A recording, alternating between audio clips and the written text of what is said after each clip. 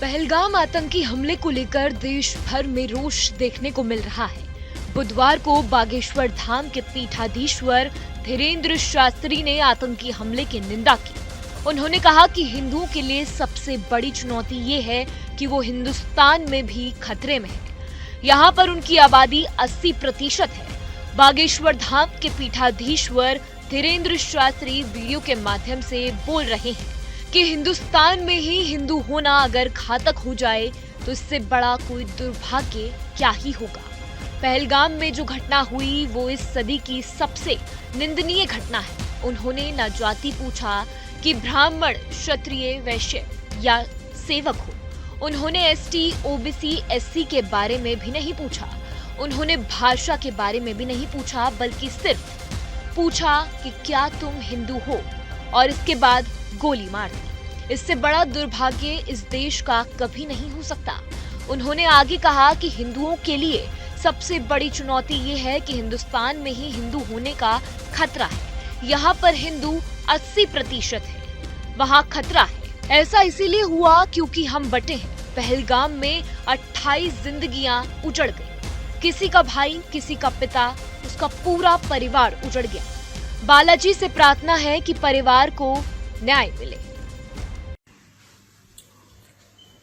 ओम शांति। श्री सीतारामचंद्राभ्याम नमः। श्री बागेश्वर बालाजी महाराज की जय। हिंदुस्तान में ही हिंदू होना अगर घातक हो जाए तो इससे बड़ा कोई दुर्भाग्य नहीं होगा।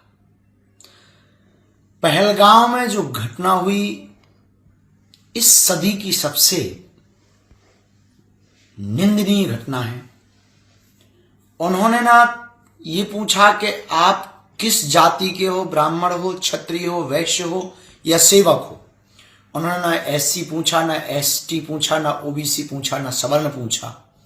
उन्होंने ना ये पूछा कि तुम तमिल बोलते हो या मराठी बोलते हो या गुजराती बोलते हो या पंजाबी बोलते हो।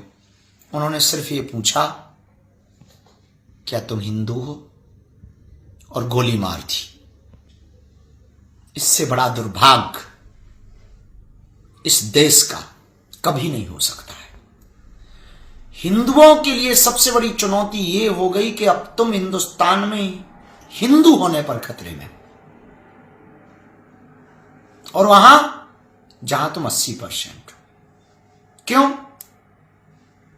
क्योंकि हमें लगता कि हम लोग बटे, इसलिए हालों में पड़े।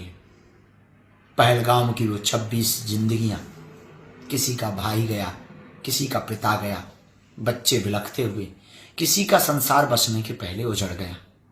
क्या बीत रही होगी। बालाजी के चरणों में प्रार्थना, सन्यासी बाबा के चरणों में प्रार्थना, पूरे परिवार को बल मिले, बालाजी की कृपा मिले। पूरा परिवार टूट चुका होगा, लेकिन हिंदुओं के लिए इस घटना ने बड़ी चिंता जाहिर कर दी। आखिर अब नहीं हम जागेंगे तो कब जागेंगे। कौन कहता है आतंक का कोई मजहब नहीं होता। जरा देख लो पहलगाम की घटना को। इस घटना ने हृदय को झंझोर दिया। इस घटना ने मन को तोड़ दिया है। इस घटना ने पुनः विचार करने पर हम सबको छोड़ दिया। वैसे ईंट का जवाब तो पत्थर से देना चाहिए। पाकिस्तान सुधर नहीं सकता है, ये तो तय है। हम यही अंत में कहेंगे हिंदुओं से, अब नहीं जागे तो कभी नहीं जागे। इसीलिए हम सबको एकजुट होकर के अपनी शक्ति बल को बढ़ाना पड़ेगा। शस्त्र और शास्त्र दोनों का संवर्धन, दोनों का संरक्षण करना पड़ेगा। हिंदुओं जागो। ओम शांति शांति शांति।